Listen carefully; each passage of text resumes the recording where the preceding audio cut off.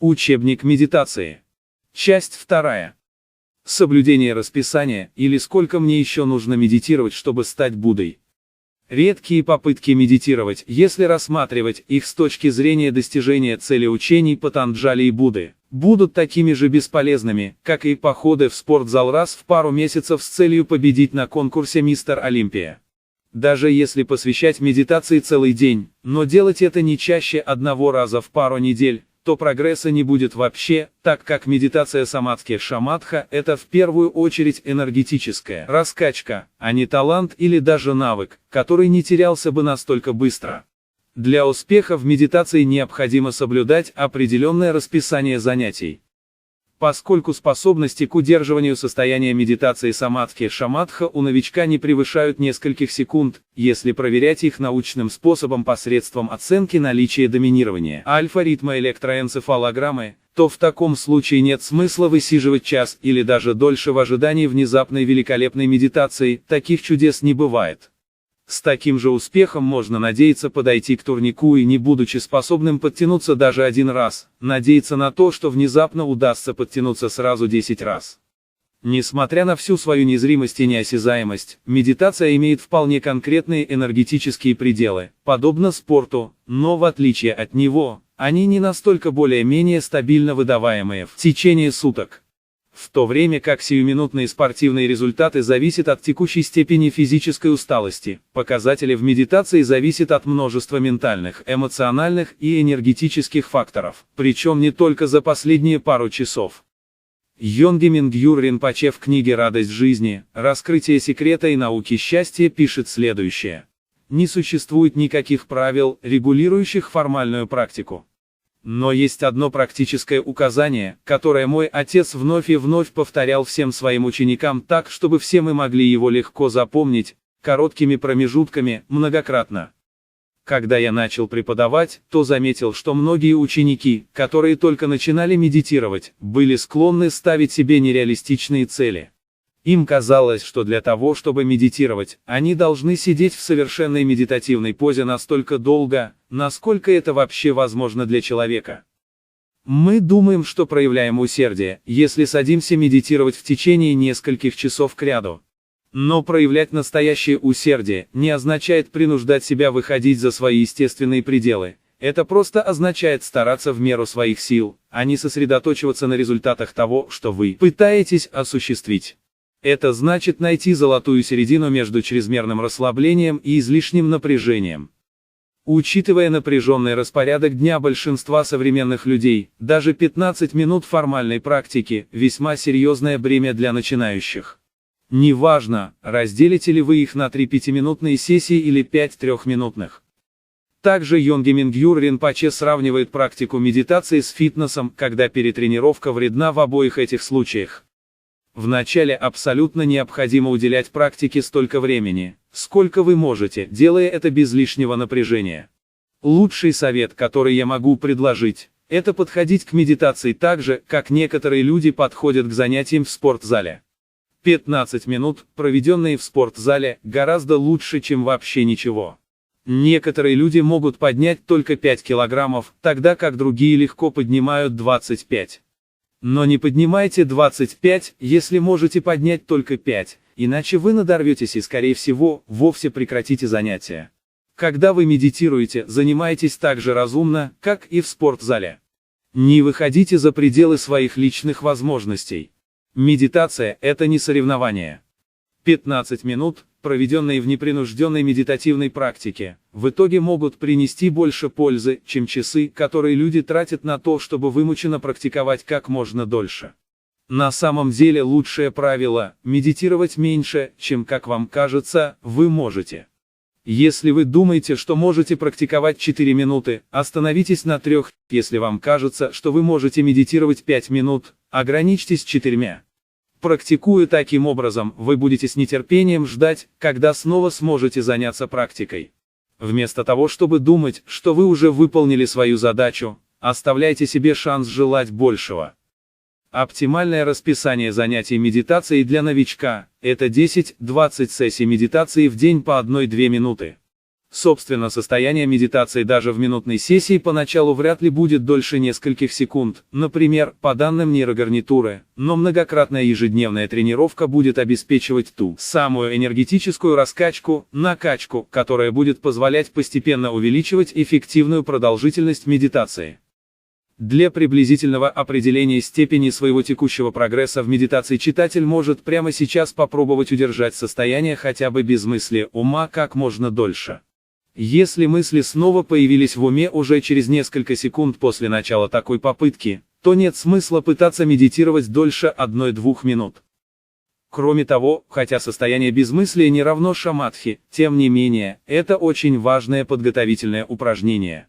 Всякий раз, когда нет необходимости говорить или думать, можно практиковать безмыслие, конечно, если вовремя вспоминать об этом упражнении. Максимальная текущая продолжительность медитации самадхи шаматха не превышает максимального периода удержания ума без мыслей, а также ограничивается и другими факторами, повышением эмоциональной возбужденности ума и так называемым утопанием ума, когда медитатора охватывает предремотное состояние с потерей бдительности и ясности, собранности ума. Такое предремотное состояние – это еще не сон и даже не сонливость. Это некоторая притупленность восприятия, когда его ясность снижается из-за отсутствия собранности. Эти два препятствия медитации самадхи шаматха, появление мыслей и утопание ума, могут проявляться как по отдельности, так и вместе, поскольку ничто не мешает человеку думать притупленным умом. Проявление любого из этих двух препятствий означает прекращение сессии медитации самадхи шаматха. По мере того, как продолжительность удержания ума без мыслей и без утопания ума будет постепенно увеличиваться, длительность сессий медитации следует постепенно увеличивать, а их количество уменьшать. Через несколько месяцев прогресса в медитации расписание занятий может измениться до 3-4 сессий по 10-20 минут в день. Через полгода-год это может быть всего одна сессия в день продолжительностью в 1 час или даже дольше. В буддизме имеется предписание о том, что эффективная продолжительность медитации шаматха должна быть постепенно доведена до четверти дня, или 3 часов. Поначалу увеличивать время подлинной медитации будет очень трудно, но после достижения этого 3-часового предела наступает определенная энергетическая, или психологическая, если так удобнее полагать, читателю трансформация, и тогда медитатор может удерживать состояние шаматхи настолько долго, насколько он захочет. Важно, чтобы в медитации не было перетренировки. Это приводит к потере мотивации из-за отсутствия ожидаемых результатов и медитации через силу, особенно если проверять качество медитации посредством ЭЭГ. Перетренировка в медитации также вредна, как и в спорте или в фитнесе. Правильная частота тренировок в медитации – это один из наиболее важных и при этом малоизученных практических моментов. Например, в физическом фитнесе с точки зрения биохимии одно из наиболее эффективных расписаний тренировок – это примерно раз в 3 дня выполнять около 10 подходов через примерно каждые 3 минуты в течение примерно 35-40 минут, а в каждом подходе упражнение, например, подъем разборных гантелей, выполняется с такой нагрузкой, чтобы его можно было выполнить не более 4 для достижения максимального объема мышц, или максимум 8 для достижения наибольшей силы мышц, раз. В остальные дни без тренировок обеспечивается собственно рост мышц, конечно, при наличии должного протеинового питания. Если тягать железо каждый день, то объем мышц и физическая сила будут увеличиваться значительно медленнее. Кстати, после 45 лет рост мышц даже при правильном расписании тренировок значительно замедляется. В то же время оптимальное расписание медитаций для обеспечения наиболее быстрого прогресса еще только предстоит выяснить. Вполне возможно, что энергетическая раскачка может происходить намного быстрее, и восполнение энергии для обеспечения эффективности следующей сессии медитации, эквивалент 3-дневной паузы между физическими тренировками, скорее всего может происходить уже через полчаса, или даже всего через несколько минут после предыдущей сессии медитации. Выполняемая человеком медитация – это комплексное энергетическое упражнение с задействованием тонких энергетических аспектов сознания, сущностная природа которых все еще совершенно недоступна ученым для изучения, как и, например, природа мыслей, не импульсов нейронов, а именно самих мыслей, а не всего лишь состояние безмыслия и собранности ума. Вышеупомянутые предписания учителей буддизма для начинающих о важности коротких сессий медитации по многу раз в день для быстрого прогресса в практике медитации вполне подтверждаются с помощью нейрогарнитуры, регистрирующей сравнительно быстрое улучшение показателей при таком расписании. Это, в свою очередь, служит еще одним подтверждением, помимо собственно доминирования альфа-ритма над всеми остальными ритмами мозга в состоянии медитации у опытных мастеров, того, что такое доминирование является вполне достоверным косвенным признаком наличия состояния медитации самадхи, шаматха и сопровождающего ее энергетического эффекта. Через определенное время, пока не достигнута трехчасовая продолжительность шаматхи, после начала даже самой успешной сессии медитации ее качество начинает постепенно падать и с точки зрения самого медитатора, и по объективным данным нейрогарнитуры, амплитуда альфа-ритма начинает снижаться, а амплитуда бета-ритма и остальных повышаться. Учители буддизма прямо говорят о том, что при наступлении отвлечения или утопания ума состояние шаматхи прекращается, и соответственно такое времяпрепровождение будет неэффективным с точки зрения буддизма. Следует отдельно отметить, что при электрическом, химическом или аудиовизуальном стимулировании мозга, не ума, с частотой альфа-ритма, человек не входит в состояние медитации, и уж тем более не обеспечивается энергетический эффект медитации на уровне сознания, не надо ставить телегу мозг впереди лошади сознания. Доминирование альфа-ритма, регистрируемое в мозге медитатора, это всего лишь косвенный признак пребывания сознания в состоянии медитации самадхи, шаматха. Человеческое тело, включая и мозг, вторично по отношению к сознанию. Индуистская структура панча-коша, 5 оболочек, и буддийская структура трикая, 3 оболочки, указывают на существование различных иерархических планов проявления активности человека, которые разворачиваются один из другого вплоть до физического тела. Ускоренным расходом гормонов и нейромедиаторов, в результате электрических, химических или аудиовизуальных воздействий на мозг, можно добиваться лишь кратковременного улучшения работы одного только мозга, физического посредника ума, за счет ускоренного расхода запасов организма и их истощения, и соответствующего проседания эффективности функционирования мозга в будущем. И хотя этого может оказаться достаточно в краткосрочной перспективе для как бы обнадеживающих результатов каких-нибудь исследований, тем не менее само сознание в результате подобных физических воздействий точно не будет становиться лучше, так как оно тренируется и улучшается только при использовании методов его, не физического, уровня, то есть медитации самадхи, шаматха, а не таблетками или пропусканием через мозг, не через ум, электрического тока. Заметное ухудшение качества медитации через определенное время после ее начала, как по ощущениям самого медитатора, если он правильно понимает состояние самадхи, шаматхи, так и по данным нейрогарнитуры, служит однозначным признаком необходимости прекращения сессии медитации, так как энергетический эффект при этом уже исчезает, а вместо этого только накапливается усталость и негативное отношение, отвращение и прочее к занятиям медитацией. В то же время оптимальная длительность промежутков между сессиями медитации может варьироваться индивидуально, и она также может оцениваться как самим медитатором, так и с помощью нейрогарнитуры.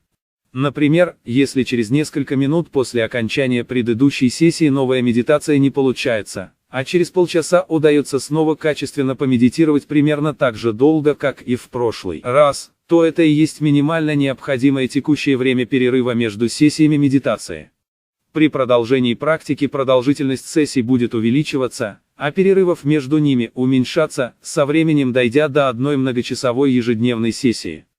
Отдельно можно отметить, что многие последователи Нью-Эйджа, с холастической интерпретацией дзена, не практикующие собственно медитацию дзадзен, являющуюся аналогом самадхи и прочих суррогатных версий йоги и буддизма, верят в то, что якобы возможно спонтанное достижение просветления и сверхсознания либо самостоятельно, либо мгновенно в результате шактипата или дикши святого, скучающего под баньяном или пальмой, и, конечно же, сидящего круглые сутки в идеальной позе лотоса по версии йога-тичеров.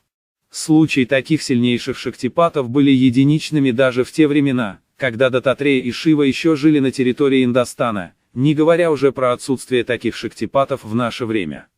Если кто-то считает, что это не так, то пусть приведет пример в комментарии под этим видео, Когда в результате прикосновения гуру кто-то достиг настоящего йоговского, буддийского просветления, а не его эрзаца, характерного для лекторов Адвайты, которое неизбежно сопровождается ситхи, сверхспособностями, левитацией, телепортацией и материализацией. Быстрый способ достижения самадхи или даже сразу просветления – это то же самое, что и быстрый способ стать олимпийским чемпионом, то есть небылица. С точки зрения учителей буддизма трехчасовую шамадху возможно натренировать примерно за 1,5–3 года затвора, уединенного ретрита, в наилучшем случае на это уходит минимум полгода. Отсутствие практики медитации в течение примерно пары недель фактически отбрасывает медитатора в самое начало к почти нулевым результатам, хотя возобновление практики приведет к более быстрому улучшению результатов, чем у новичка. Именно эта проблема столь быстрого исчезновения результатов энергетической раскачки при прекращении или ослаблении практики самадхи и связана с практически полным отсутствием новых милареп и шинтидев.